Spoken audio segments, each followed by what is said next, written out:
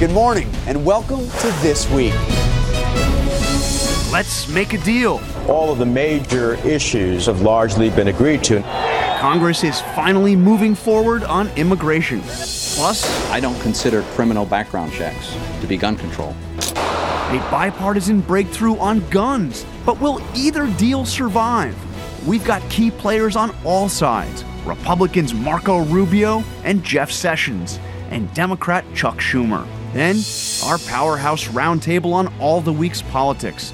The president jumps into the budget battle. I've already met Republicans more than halfway. Listen, why don't we do what we can agree to do? And Jay-Z's rap on his Cuba flap. Plus, we celebrate Jackie Robinson's legacy with baseball legend Mariano Rivera, only on This Week. From ABC News, This Week with George Stephanopoulos. Reporting from the Newseum in Washington, Chief White House Correspondent, Jonathan Karl. Hello again. George is off. It is great to have you with us. The last session of Congress was the least productive in history, but there are signs that may be about to change. There was a lot of talk about bipartisan compromise this week, including indications that the long-awaited immigration bill is about to be revealed. So what's in the plan? We're joined by the Republican Party's point man on immigration, Florida Senator Marco Rubio. Senator Rubio, thank you for joining us.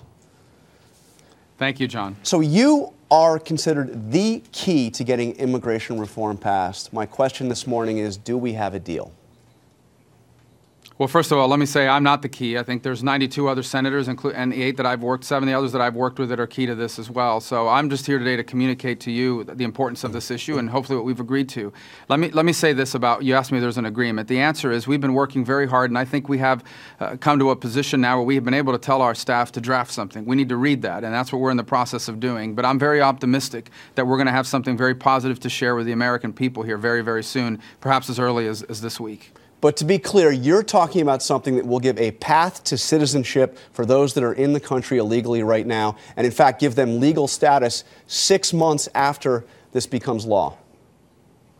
Well, first of all, I think it's important to understand it doesn't give anything. It allows people access to the legal immigration system. Number two, some people won't qualify. They haven't been here long enough. They've committed very serious crimes. They won't be able to stay. Number three is all people will get is the opportunity to apply for things, to apply for a legal status, which isn't awarded on day one. I mean, there's a process for that. You'll have to pay an application fee and a fine, and you're going to have to stay in that status while you pay taxes and prove that you are not a public charge, and you don't qualify for any federal benefits. And after some period of time, over 10 years has elapsed, the only thing you will get, assuming that the border is secure, that E-Verify is in place, that an entry-exit system is in place for tracking visas, then the only thing you get is a chance to apply for a green card like everybody else does. Congressman King, Steve King in the House is calling this amnesty. He said this week that what you're talking about would, quote, pardon immigration lawbreakers and reward them with the object of their crime.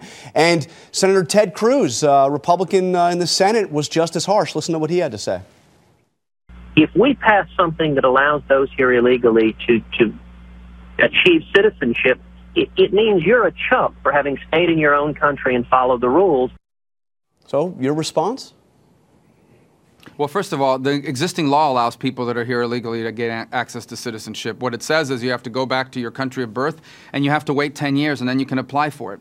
All we've done here is create an alternative to that they can access. And the alternative we've created is going to be longer, more expensive, and more difficult to navigate. It will actually be cheaper if they went back home, waited 10 years, and applied for a green card. And so, secondly, we're not awarding anything. All we're giving people the opportunity to eventually do is gain access to the same legal immigration system, the same legal immigration process that will be available to everybody else. And number three, in exchange for all of that, we are going to get the toughest enforcement measures in the history of this country. We are going to secure the border to the extent that's possible. We are going to have an entry and exit system to track visas because 40% of our illegal immigrants are people that entered legally and overstayed. And we are going to have E-Verify universally, which means you will not be able to find a job in the United States if you are not legally here.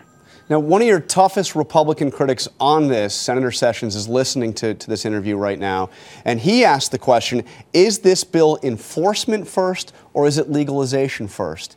And the bottom line is, with legalization being in just 6 months, the answer is that this is legalization first, isn't it? Well, Yeah, but it's important to understand that if you do that was my original position.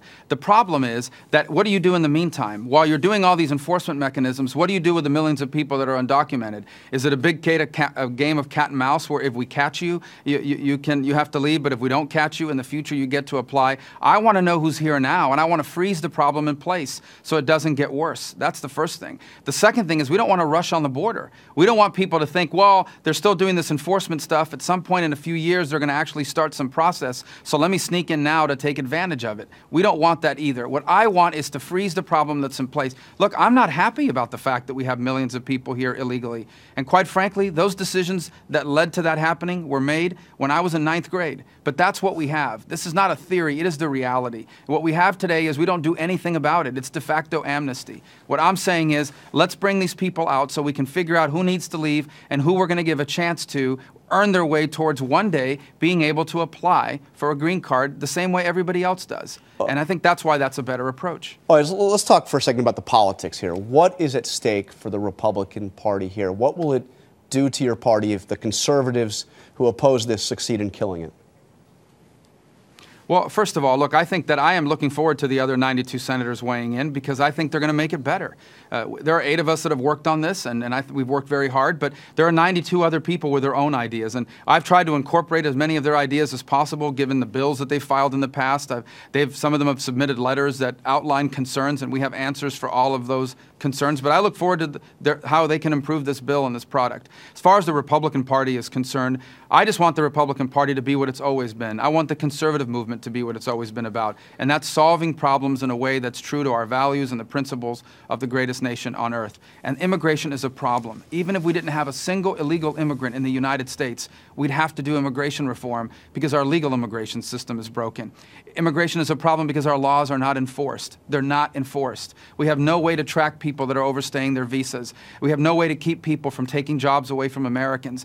And we have not secured our border, leading not just to an immigration problem, but to a national security, sovereignty, and humanitarian problem on the border. And this bill hopefully achieves progress on all 3 of those fronts. And I just hope I can convince people that leaving things the way they are now is much worse than approaching it the way we've outlined. Okay, I want to move to the other big bipartisan compromise that emerged last week or this week, which is the deal on guns. Now, when you were in the Florida state legislature, you supported background checks, and back in 2007, you said, if someone is a dangerous person who has shown a proclivity for using firearms to hurt other people, then we don't want them having a permit, much less ownership of a firearm.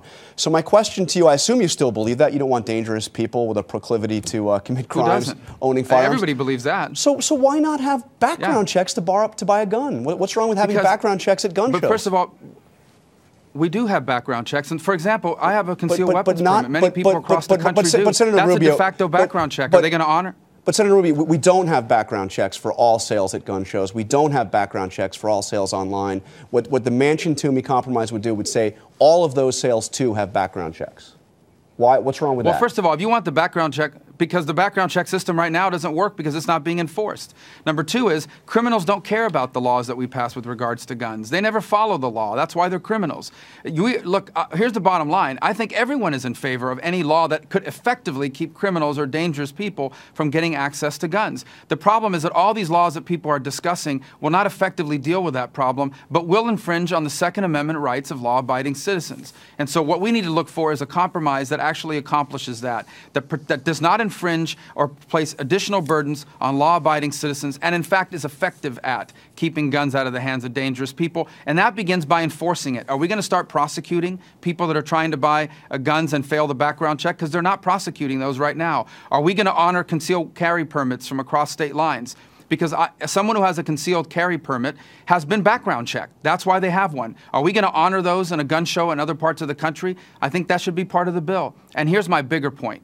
This debate about guns, we are missing a golden opportunity to have the real debate we should be having, and that is a debate about violence. Guns are what they're using to commit the violence, but the problem is violence, and no one is focusing on why this society has become so violent, why young people in America are committing these horrifying acts, and we are missing a golden opportunity to discuss that and not simply just focus on gun laws that only law-abiding people will follow. All right, Senator, we're almost out of time, but I've got to ask you about the Cuban vacation for Jay-Z and Beyonce going down to Cuba on a cultural visa from the Treasury Department. You obviously said you thought that was a mistake to allow them to go down there. Jay-Z was pretty harsh, and you're a Jay-Z fan, let's be clear, was pretty harsh about critics like you saying, what's wrong?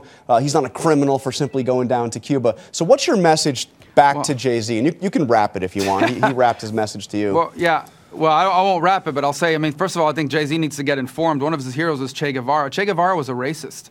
Che Guevara was a racist that wrote extensively about the superiority of white Europeans over people of African descent. So he should inform himself on the guy that he's propping up. Secondly, I think if Jay-Z was truly interested in the true state of affairs in Cuba, he would have met people that are being oppressed, including a hip-hop artist in Cuba who is right now being oppressed and persecuted and is undergoing a hunger strike because of his political lyrics. And I think he missed an opportunity. But that's Jay-Z's issue. The bigger point is the travel policies. The travel policies need to be tightened because they're being abused. These are tourist trips. And what they're doing is they're providing hard currency and funding so that a tyrannical regime can maintain its grip on the island of Cuba. And I think that's wrong.